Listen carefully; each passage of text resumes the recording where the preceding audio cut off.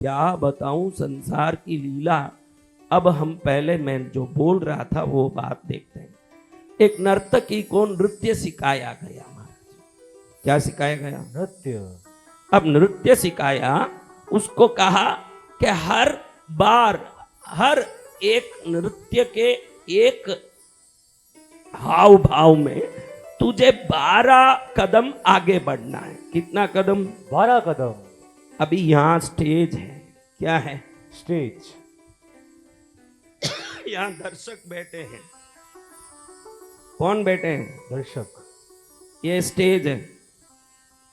उसको क्या बोला? 12 कदम आगे बढ़ना। अभी देखो, था ता थैया था ता थैया था ता थैया था ता थैया बजाने वाले बजा रहे हैं।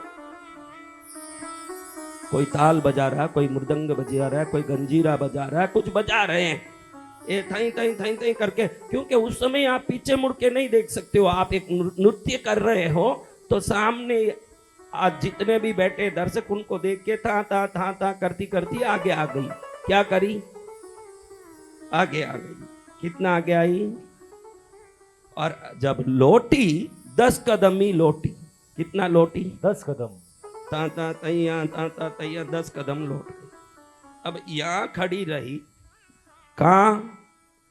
10 कदम पीछे। अब वापस 12 कदम आगे आना ये तो इसको दिमाग में है, लेकिन कितना कदम पीछे जाना ये समझ में नहीं है। अब देखो ये वापस क्या करेगी? ता तैया यानी 2 कदम पहले से आगे आ जाएगी, क्योंकि वो कितने कदम पहले पीछे गई थी? 10 कदम। यानी 2 कदम वो पीछे खड़ी है, क्योंकि उसको समझ नहीं है कि 12 कदम आगे आते हैं तो 12 कदम पीछे जाएंगे तो ही हम उस जगह खड़ेंगे जहां खड़े थे। अगर हम 2 कदम कम कर दिए तो अगली बार में 2 कदम ज्यादा आ जाएंगे। अच्छे से सुनना मेरे बच्चों इस बात को, आपके जीवन में बहुत लाभ करने वाली बात बता रहा हूं, इसको अच्छे से सुनना। अब 12 कदम आगे आ गई। अब वापस भी ता तैया करके यहाँ आई है 10 कदम। अब इस बार यहाँ खड़ी हुई वापस 12 कदम आगे आई। कहाँ आ गई है? 12 कदम। ये क्या है? ये लकीर क्या है? मंच है। अब वापस 10 कदम पीछे जा रही है। ता तैया पीछे जा रही है। जा रही है ना? जा रही महाराज। बेटा प्रिंस है क्या रे? ये तो ये पेन दे दिया मेरे हाथ में, ये सिर्फ भगवान लिख सकते हैं। जो नहीं लिखता हो उससे भी लिखवाने का काम भगवान का है। भाई मैं तो छोटा भगवान का चेला हूं, मैं अभी कैसे लिखूं इससे? भाई अगर आप मेरी सिद्धि देखना चाहते हो तो इससे लिख के दिखाता हूं, लेकिन इस चक्कर में इसमें सिद्धि बिगाड़ के क्या करना? किसी जरूरतमंद में बिगाड़े। अभी क्या करी? 12 कदम आ गई, था करती। अभी वापस कितने कदम पीछे जा रही है? 10 कदम। ये देखो मारा ता करके यहाँ आ गई। अब इसका अगला शुरू हो गया नृत्य। अब इस बार ता करके मंच से नीचे गिरी ना, इसी को मौत बोलते हैं। मौत और कुछ नहीं है। 12 श्वास अंदर लेते हो और 10 श्वास ही छोड़ो। 10 श्वास छोड़ते हो, 12 श्वास छोड़ते हो और 10 ही अंदर लेते हो। 12 छोड़ते हो और 10 ही अंदर लेते हो, तो हर बार आप जान नहीं पाते हो कि धीरे धीरे मैं आगे जा रहा हूं बुढ़ापे की ओर, और एक दिन मन से जो नीचे गिर जाते हो और मर जाते हो, उसी को बेमौत बोलते हैं।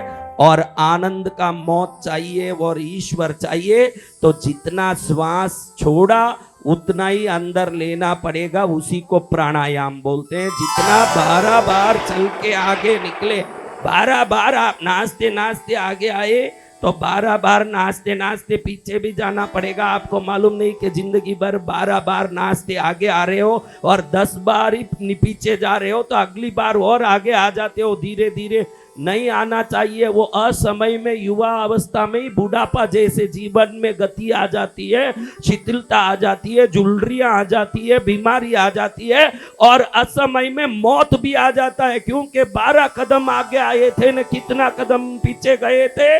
10 कदम।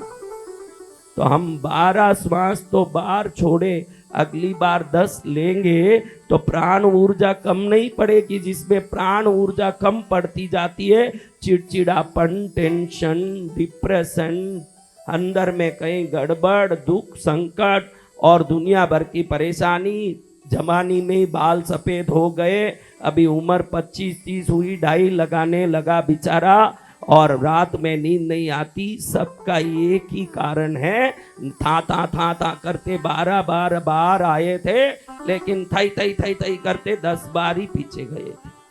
समझ रहे हो? इसलिए जो मंच से गिर गई नर्तकी, वो कोई नहीं, वो नर्तकी आप लोग ही हो। ये नर्तकी जो थई करके एक दिन क्या हो जाते हैं। तो गुरुदेव आपको अमर सिद्धि का रहस्य सिखा रहे हैं कि प्राणायाम वो वस्तु है, सिर्फ आगे कितना जाना यही नहीं, पीछे कितना जाना ये भी जो सिखाता है, उसी को प्राणायाम बोलते हैं। क्या बोलते हैं? किसको प्राणायाम बोलते हैं? श्वास को समतुल करने की शक्ति को प्राणायाम बोलते हैं।